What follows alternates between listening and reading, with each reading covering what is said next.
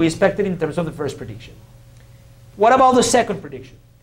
So this one is going to be easy to present because it's basically the same structure of the table as the one I showed you before, but now we have the opposite prediction, which is that places with more judicial efficiencies will have less of an increase in false positives after the introduction of incentives, and they do, and it is again robust to the inclusion of all this very rich set of controls. So overall, we find that the two predictions seem to be systematically true in the data. There are a bunch of additional things that one would like to do. One basic thing one would like to do is look at true positives because of my story of collateral damage. Is this just collateral damage? It's not just that it's increasing. False positives is increasing everything. You're doing more good effort, more bad effort. It's part of war, right? When we look at army ranks, we cannot completely rule out that hypothesis, although I would add some qualifications to this. What do I mean that we cannot completely rule out? Whenever we find a coefficient that is significant, it is indeed positive. So it does seem that colonel-led places seem to put a stronger effort on true positives as well. However, first, this is not robust to the controls always. Notice that many times when we include the full set of controls, the effect goes away. So it is not nearly as robust as what we found before. And also, the size of this increase of true effort is much smaller in magnitude than the size of the increase of false effort. This is not immediately obvious from the coefficient, but the thing is that true positives are much more frequent than false positives. So this increase is about, if the other increase was about 1/4 of a standard deviation, this increase about 1/10 of a standard deviation. And if the other increase was about twice the mean, this increase is just about, is a fraction of the mean. The mean here is about 3. So we cannot completely rule out that there is also some increase in true effort, but it doesn't seem to be just bad effort. But of course, this is not the ideal result that you would like. You would like this to be 0 so that you can completely rule out that story, right? Now, in the case of institutions, you can completely rule out. You can see that this is not driven by an increase in true effort in places with weaker institutions.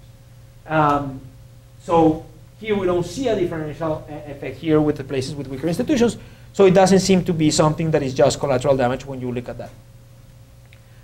So those are the basic things that I wanted to share.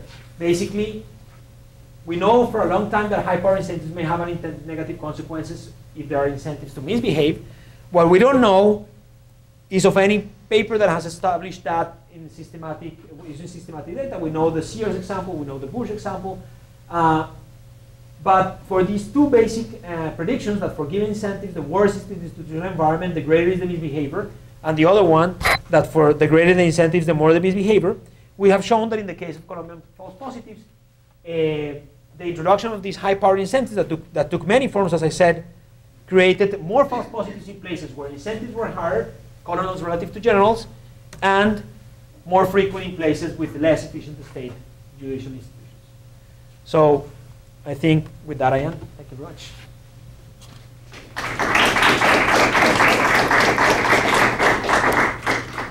I don't know if we still have time for questions or, yeah? Yep. Yes? I would think that it would be useful to look at, to sort of account for this correlation between true positives and false positives, to look at the proportion of that aspect. Yeah. The ratio of total positives. Yeah. To total. Yeah, we have, and I mean, the reason I decided to present it separately is so that you could, if I present the ratio, you don't know if the action comes from the numerator or the denominator. So, but the ratio works as you would expect, as the combination of the numerator and the numerator. So, yeah, I should probably have a final table that shows the combination of the two. Thank you. Can you give us some idea what that ratio is? It seems like the number is going to be wildly off. I mean, it's one false positive for every 30 true positives. And it's kind of like, is it really making a difference in the margin of these incentive schemes or not? I mean, Yeah, that's a problem. what's the body worth to a kernel? That's a problem, that the ratio is, I mean, these numbers are small. And therefore, the ratio is very sensitive to, say, a year in which you had no true positives, right? So that's an issue. That's probably an issue as well to be able to present it separately. I don't know if there's any kind of, there should be probably some sophisticated way of dealing with the fact that I mean, this is something that happens very frequently, no? That you have a ratio, but the ratio is very sensitive to the fact that the denominator can sometimes be very close to zero, so you have a huge number, but it's not that you have a huge amount of bad effort. It's that you had 2 false positives and 1 true positive. So I mean, you can deal with things like that, like taking the log of the ratio and doing things like that. But I agree with you. That's a problem with the ratio as well. Is that an issue with your measure? It could be it's potentially an issue. We are not looking just here at homicides. We're looking at all crimes against life, which include not only homicides but also attempted homicides and other kinds of aggressions and so on. So that implies that our denominator is typically big. I mean, there are sufficient cases of aggressions in each municipality that we don't have a small denominator.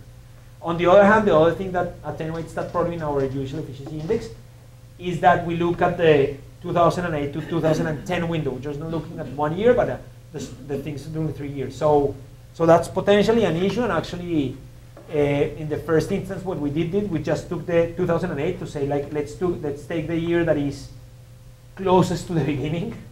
But we had that issue, and we had a lot of noise in the measure. But then we saw that the correlation in the 2008, 9, and 10 measures is very high. So better to have just an average of the 3, or the sum of the 3, much less noisier and doesn't have that problem as much. Yeah. How much variation do you have in the post period in a given municipality switching from sergeant to colonel or the other way around? So I was thinking sort of all your controls really help you if you have that sort of variation, right? So if it's very fixed, yeah, it doesn't matter I control for all this flexible polynomials times time. It has to be that really that there's a change in sort of the post period between sergeant and colonel. So there are 2 options. Either that's not the case and therefore the controls don't do much work. But if it is the case and you have a lot of changes, something that you can include is that you could put a post-time municipality control, and therefore you will only identify sort of changes in the post period of municipalities who went from a sergeant to a colonel or the other way around. Yeah. And that might be able to kill the second table of the okay, positive. Yeah. And that would be very encouraging. Without killing the first, that's the key. Exactly. No, yeah. Be careful. You don't want to create here. No, I think I need just 1 positive here. That's the most robust specification you can get. Yeah. Of really identifying in the post period of changing between colonels and sergeants. Yeah. So I don't think we have tried exactly that yet. We tried at some point. We have the brigades, and the brigades have jurisdiction over several municipalities, and we run some regressions with brigade fixed effects. So it's basically what you are saying, only that we're looking at a much larger area, and therefore we had less variation as well. And when we did that, the basic regression was fine. I mean, meaning that when you change within the same brigade from general to colonel or from colonel to general, you would get the result on the expected direction. But when you include the controls in that regression, aggregated to the level of the set of municipalities that are under the jurisdiction, it wasn't very robust. But there were much less observations there. So I mean, so yeah. So I don't know. Maybe it kills both tables. Is what I'm saying. I don't know. I have to do it. Yeah. Yeah. So I have a question about the process. I think it was briefly mentioned before. So the local police is mandated to investigate the homicides after what year? You mentioned that in the presentation. No, that's you mean the office of the law. So there was a special unit. It's not the police, but it's the Fiscalia, the office of the general. At the national level. Yeah, it's a national level institution which has local branches. Okay. And what they basically did is that the previous institutional environment was such that if you killed the alleged guerrilla member, the first guys to get to the scene and describe it and so on could be the army if there was no fiscal around. Now, one of the important measures that they took to try to correct this is there has to always be a fiscal around. And when was this? And this was late 2008. This was after I actually think the fiscal thing was only implemented around 2009. Because you have to create a bunch of things for that. First, you have to increase the amount of functionaries that will be available in different municipalities. And second, in a few brigades, what you will have is that basically there is a member of the attorney assigned to the military unit. So whenever they kill someone, the guy goes and reports.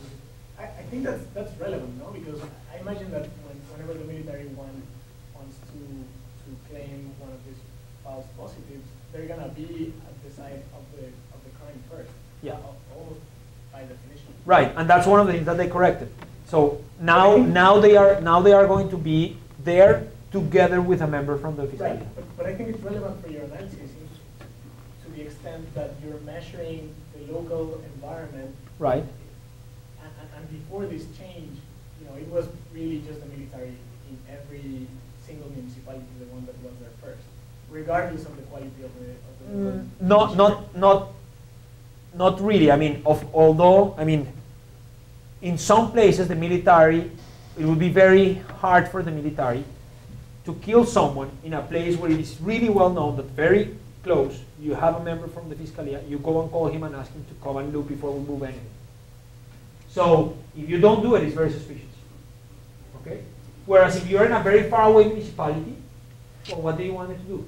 I have to do it. I have to describe it, I have to pick up the corpses, I have to bring them, I have to take the pictures myself, I have to do everything myself. So I don't think that this happened in every municipality in Colombia before the measures. There were many municipalities where the army members knew, once we do this, we have to go and tell the guys, or we are in trouble, because they're going to say, why didn't you tell me? So I think there is variation there. Yeah. So with brigade fixed effects, are these primarily colonels that are being promoted to general, and then they're changing their behavior, or is it they're being replaced by somebody else? That would be great. Individual fixed effects. We would love that regression. Yeah. But we really have to talk to the army to give us the data for that, because we need to know if that same guy. Right. That would be fantastic. But yeah. And then another question is, so you gave us an example earlier in the presentation of one colonel who was responsible for like 15 false positives.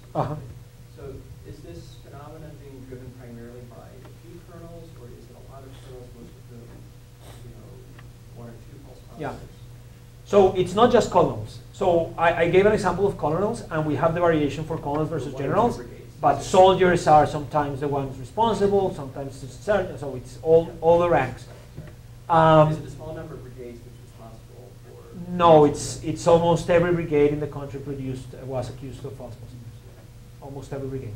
So that's one of the main conclusions of Philip Alston, the UN Special Rapporteur who went to Colombia to investigate the thing after this happened, was this is not an explicit, so it's kind of he had to be very careful, because if he said that it's an explicit kind of government policy, the government is indeed probably like with international courts. It's promoting a policy that is creating a big. So he said this is not an explicit policy. It's not something that they wanted to be produced to give the image of good results when there are none. But it is sufficiently widespread that it obeys to kind of whatever they're trying to do, although unintentionally and so on. And that I think reflects the fact that when he went, he found that this is happening everywhere. So there are some really terrible cases, such as the 4th Brigade of Colonel Montoya, General Montoya, who is the guy who called his colonel saying, "I want to see liters of death of blood. Why I have to see them? You have to produce." But there are other cases. There are other cases everywhere. Yes. A couple questions about the living reward of some of your data. So one thing I'm curious about is the spatial distribution of this, the spatial distribution. You already have the story of people being kidnapped from Bogota and killed somewhere else. Why would you assume that all the killings are being perpetrated by the brigade in which the bodies are found? Why would we have Great point. Yeah. bring bodies around there, and would you not be looking for spatial correlations in various things like that? The other one was, it seems like you have much more granular timing on the events of when the killings occurred, or at least when they were reported. And you had all these interesting hypotheses about like getting vacation time. So do you see a spike in the 2 weeks leading up to Christmas? Yeah. Okay. Yeah. Great. I mean, Oh. and why are we so worried about the dummy variable from 2007 or 2008? Yeah. You have months within these years. You Right. have all this time you can learn from. I think those are two great points, and just two things. Well, the spatial thing, true. in theory, they could be killed someplace and killed somewhere else. And I talked about the famous Soacha example. They were killed very near Bogota and then recruited very near Bogota and killed 500 kilometers off. That was very atypical. We have the data on where they were recruited and where they were killed, and it's typically in the same municipality. And they got very, very kind of careless about it. They just recruited and killed them right away, and so that's part of the reason why they were caught, because everyone in the community knew these guys are not guerrilla members. So that could happen in principle, and that happened in the case of Bogota, and it's a kind of telling a typical place, which is in Bogota you cannot get away with killing someone right there in Bogota. You have to take them off, say that they were disappeared for some employment thing. So that's a great point, and I think maybe one thing that we could do is try to extend the risk. It's not much, exploit the cases in which we have they were killed someplace different to where they were recruited, and compare the, say, strength of institutions in the place of recruitment and place of killing. But that doesn't happen too much. The point is that that's like 95% of our cases, killing is in the same place of recruitment. So we're not going to be able to do too much to that. The granular timing of events, I completely agree with you. That's something that, of course, we have a very granular timing of the events, but not of the incentives, because we don't know exactly when it hit, and it probably didn't hit at any specific point in time. The vacation idea is very appealing. So we did run some regressions with daily, weekly, monthly things, looking at whether the story is it's Mother's Day, and in Mother's Day you want to kill to be able to go to visit your mother before Mother's Day. And the Mother's Day regressions probably Sort of strong and weak institutions at the same time. yeah, probably. I don't know if I'm happy. Yeah, exactly. So I don't know if I'm happy or unhappy by the fact that when we did the Mother's Day regression, they didn't work. So a lot of people say, yeah, it's really going to show up significant because they were killing like mad before Mother's Day. We didn't find that. And we did not just Mother's Day, but holidays and so on. So on the one hand, it's very nice because you know exactly the day of the killing. But on the other hand, you have a lot of noise because you have so many days without killings. So yeah, again, false positives were super common in Colombia, but it's still 1,000 people in very many thousand states. So there are many days, there are many municipality days with zero, so it's very noisy. So, but yeah, we did try the Mother's Day regression. One more question. So I was thinking of this sort of true positives, and it has the problem that sort of it could be a spillover, or sort of depending on the model you write, it could be that you should try it out, good effort. But sometimes it could be that there's somewhat complementarity, right? You have to put some effort, and something happened to be that sort of I went to pick up these guys that sort of like I knew they were not very honest, but I bumped into these guerrilla guys, you know, just take them down, and therefore like that's why you find some sort of smaller but still positive effects. What about captures? So why do you use data on captures? So that would be sort of less subject to this concern, right? Yeah. And there's no need of killing, and so the timing is sort of clear. And you should have positive values of capture in the 2009 period, right? So in that last year, yeah. All the deaths go down, but sort of like that should be shifted away towards capture, right? So that's a great idea. So that will give you a better sort of less polluted sort of placebo. And, right. Yeah, captures, I shouldn't see anything with the introduction of high-partisan types early on, but I should see an increase in 2009. Yeah, and that would really make the whole thing very robust. Very nice, yeah. And I mean, we don't have the data, but the data exists on capture, so we can get it on the great. Thank you. And on that note, thank you very, very much. Thanks a lot.